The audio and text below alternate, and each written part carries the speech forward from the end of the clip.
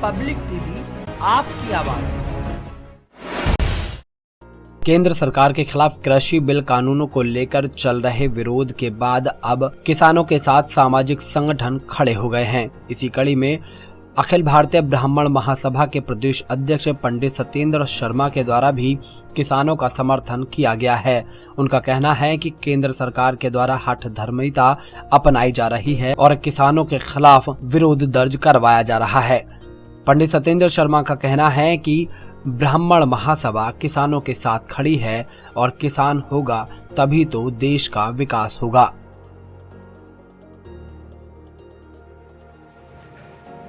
ये बहुत गलत है। दरअसल हमारा देश आज़ाद है और आज़ाद हुए भी बहुत बड़ा समय हो गया।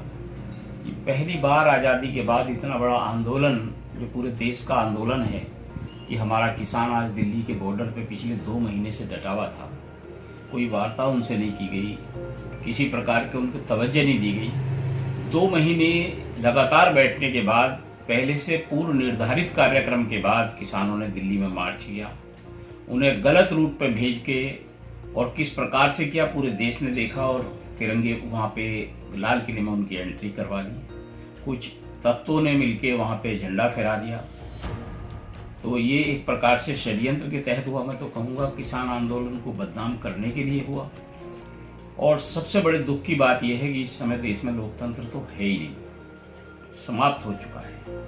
वो इसलिए क्योंकि किसान आंदोलन को जो वो कर रहे हैं, वार्ता करी नहीं जा रही, उनसे बातें नहीं सुनी जा रही। एक कानून जो किसान के लिए बनाया गया और किसान ही जब पूरे देश के उससे सहमत नहीं है तो इसमें परेशानी की क्या बात है कि उस कानून को समाप्त करके नया कानून उनकी सलाह मशवरे से बनाया जाना चाहिए।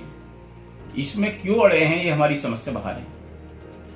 और कल तो एक बहुत ही विचित्र घटना हुई। हमारे उत्तर प्रदेश के मुख्यमंत्री माननीय योगी आदित्यनाथ जी ने आउटराइट ये कह दिया कि उत्तर प्रदेश की जमीन पे से किसान को तुरंत भगा दिया जाना चाहिए। पुलिस को, डीएम को आदेश दे दिए। मैं तो ये भी आपके चैनल के माध्यम से जानना चाहता हूँ, योगी जी उत्तर प्रदेश के तो रहने वाले ही नहीं हैं। 6 इंच जमीन उनकी उत्तर प्रदेश में नहीं है और वो उन्हें हटा रहे हैं जिनका उत्तर प्रदेश है।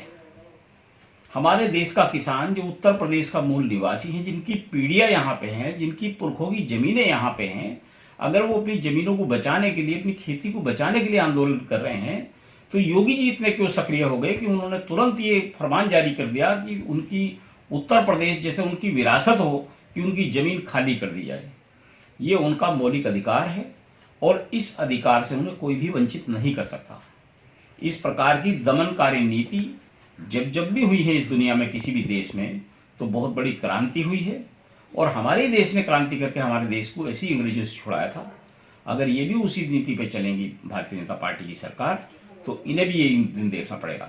ये बेहद दुखद है और इस समय किसान रातों रात वहाँ पे किसान इतने आ गए हैं, बहुत ज़बरदस्त जमावड़ा आज भी है।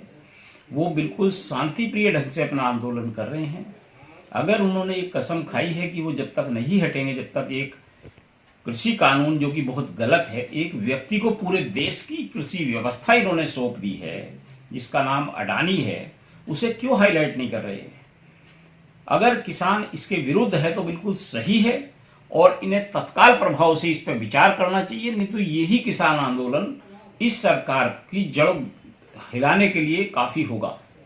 इसी कानून की वजह से ये सरकार आने वाले समय में देश नकार देगा और ये नहीं आएगी जिस प्रकार की नीति। और मुझे दुख है इस बात का कि हमारे प्रधानमंत्री जो इतने एक्टिव रहते हैं, अगर किसी को जरा सा कुछ हो जाता है देश में तो तुरंत दौड़े चले जाते हैं। चुनाव प्रचार में उन्होंने पश्चिमी बंगाल में कितने दौरे करे हैं ये सारा देश जानता है, चाहे वो अमित शाह हो या हमारे माननीय प्रधानमंत्री जी हों। और आज तक हमारे माननीय प्रधानमंत्री जी ने किसान नेताओं से कोई वार्ता नहीं की, जबकि अगर किसी भी डिपार्टमेंट का मामला होता है तो मोदी जी सबसे आगे आते हैं। इस कृषि वाले मामले पर उन्होंने, जो कृषि मंत्री हैं माननीय तोमर साहब, उन्हें आगे कर रखा है। एक बार भी 11 मीटिंग में से एक मीटिंग में भी नरेंद्र मोदी हमारे माननीय प्रधानमंत्री जी मौजूद नहीं थे, ना ही उन्होंने वार्ता करने की कोई जहमत उठाई।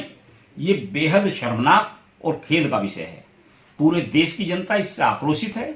अगर चंद लोग उनके समर्थक उनकी तारीफ कर रहे हैं तो उन्हें तारीफों में नहीं आना चाहिए। वो अच्छे काम कर रहे हैं तो वैसे ही करें जैसे सब। अगर वो सियाचिन में जा सकते हैं, अगर वो चीन के बॉर्डर पे जा सकते हैं, जहां की राजनाथ सिंह जी को जाना चाहिए था, वहां खुद पहुंच गए हो, तो किसान आज आंदोलनरत है तो उन्हें जाना चाहिए, उनकी बात सुननी चाहिए, उसे शॉर्ट आउट करना चाहिए। और वो बिल्कुल साइलेंट बैठे हैं जैसे वो है ही नहीं यहाँ पे देश में। ये बेहद दुखद है और बेहद शर्मनाक है। मैं इसकी घोर निंदा करता हूँ। हमारा समाज इसकी बेहद घोर निंदा करता है और पूरा देश, पूरा समाज आज किसानों के साथ खड़ा है। किसान क्योंकि हमारे देश का अन्नदाता है। हम सोना चांदी नहीं खा सकते, हम रोटी खा सकते हैं। इंसान सिर्फ भोजन से जिंदा रहता है और हमें भोजन कौन देता है? हमें भोजन किसान देता है। रोटी सब्जी सारी चीज़ें किसान के द्वारा उत्पन्न है। वो कैसे मेहनत करके अपना काम चलाता है। और अगर आज आज़ादी के इतने वर्षों के बाद किसान दिल्ली में कूच किया है पूरे देश का, तो इन्हें इस बात की बहुत फिक्र होनी चाहिए और सारे काम छोड़ के सबसे पहले उनकी बात सुननी चाहिए और इसे कानून को, काले कानून को समाप्त करके नया कानून उनसे बातचीत करके बनाया जाना चाहिए। इसका यही एकमात्र निदान है, क्योंकि सब यहीं रखा रहेगा, सबको ऊपर जाना है, ये भी ध्यान रखना चाहिए। मुझे लगता है गलतफहमी का शिकार है इस समय केंद्र सरकार। इस समय केंद्र सरकार ताकत और अपने बल पे इतना उछल कूद कर रही है कि वो सारा भूल गए हैं कि वो समझ रहे हैं हम परमानेंट अमर होके आए हैं, एक दिन उन्हें भी जाना है। इस पे विचार करके इस काम को करना चाहिए। हमारे बुजुर्ग वहां पे हैं, माताएं बहनें इस समय बॉर्डर पर पड़ी हुई हैं, छोटे बच्चे वहां पे हैं। पिछले 2 महीने से 2 दिन भी कोई नेता वहां पे नहीं रह सकता हमारे देश का। ठीक, मैं अपील करता हूं कि सरकार को इसे तुरंत सुलझाना चाहिए और उनकी सारी बात सुननी चाहिए। पब्लिक टीवी आपकी आवाज़।